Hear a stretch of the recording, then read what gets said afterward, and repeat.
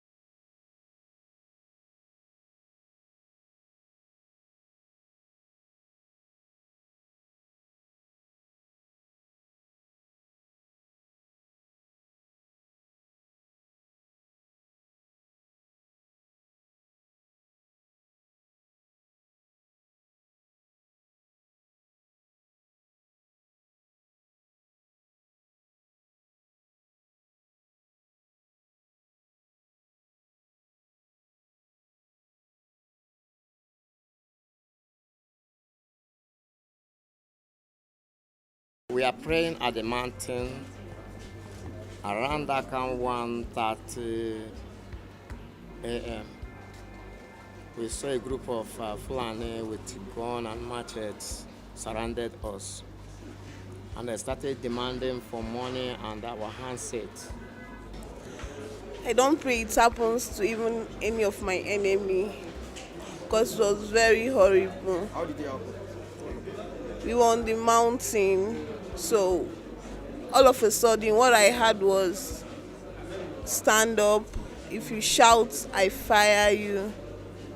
In Hausa too, that was how they were saying it. They say if you shout, I fire you, that we should bend them because there were security men at the estates that were down of the mountain. So they were like, they were still telling us not to raise up our head that much, that we should bend down.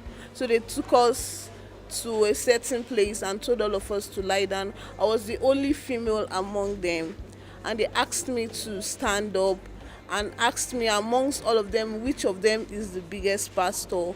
And I told them that nobody's the biggest pastor. Everybody came their own individually. And the man told me that if I lied, that he was going to fire me. I told him I was not lying because I was there in Hausa. I started speaking Hausa to him. I told him I was not lying, that what I was telling him was the truth. He said, does anybody here have money? I told him I don't know because everybody came their own separately. So he said I should sit down and asked me what of my phone, because where they took us, they did not pick our phone there. So he asked me where is my phone. I told him I don't have phone. He said I was lying, and he pointed the gun at me and said I was lying, that I have phone. I told him I don't have phone, that I was still a small girl, that I don't have phone. Then the other guy, there was one that just came and he was like about to touch me. Then the leader of the gang now told him that he should not try that nonsense. He said he said it in Hausa that he should not touch me. So he left me and he tied two others, and the other guy wanted to tie me. The leader asked him not to tie me, that I was a woman.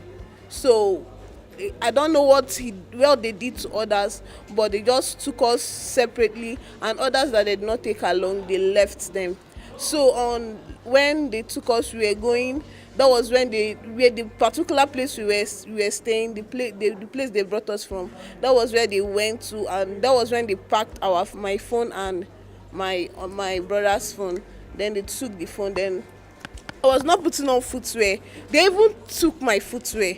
I was not putting on footwear. They took my footwear, took my jacket. I was just putting on a light long sleeve and I was catching cold. So I was not putting on footwear. We got to a certain point. They started pushing us.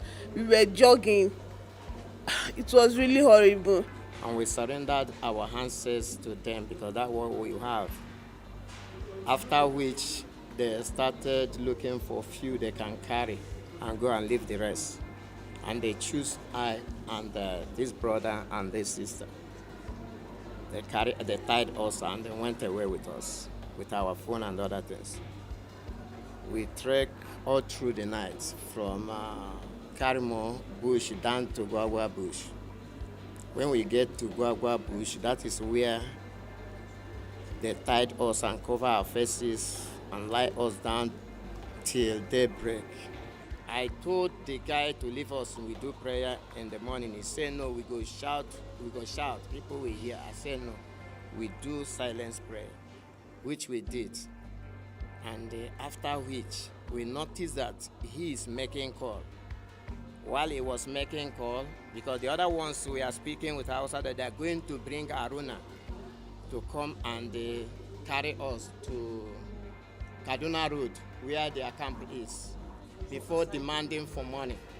So, as we noticed that it's only one that is remaining, this brother now opened his hand and stand up. Before you know it, he took off. So that guy went after him.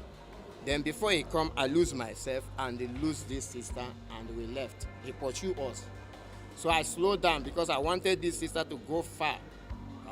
He followed me. As he was following me and now run, he wanted to hit me, fall. Falling is like he was dislocated before he began to cry. We begin to walk inside bush, me and her. We came different direction. This one came different direction. Two of us came different direction to Guagua. We boarded kidnappers back to Karimo. And they coming back to, let our people, the people we left, that this is what happened. They said they went and reported the matter to police and police came.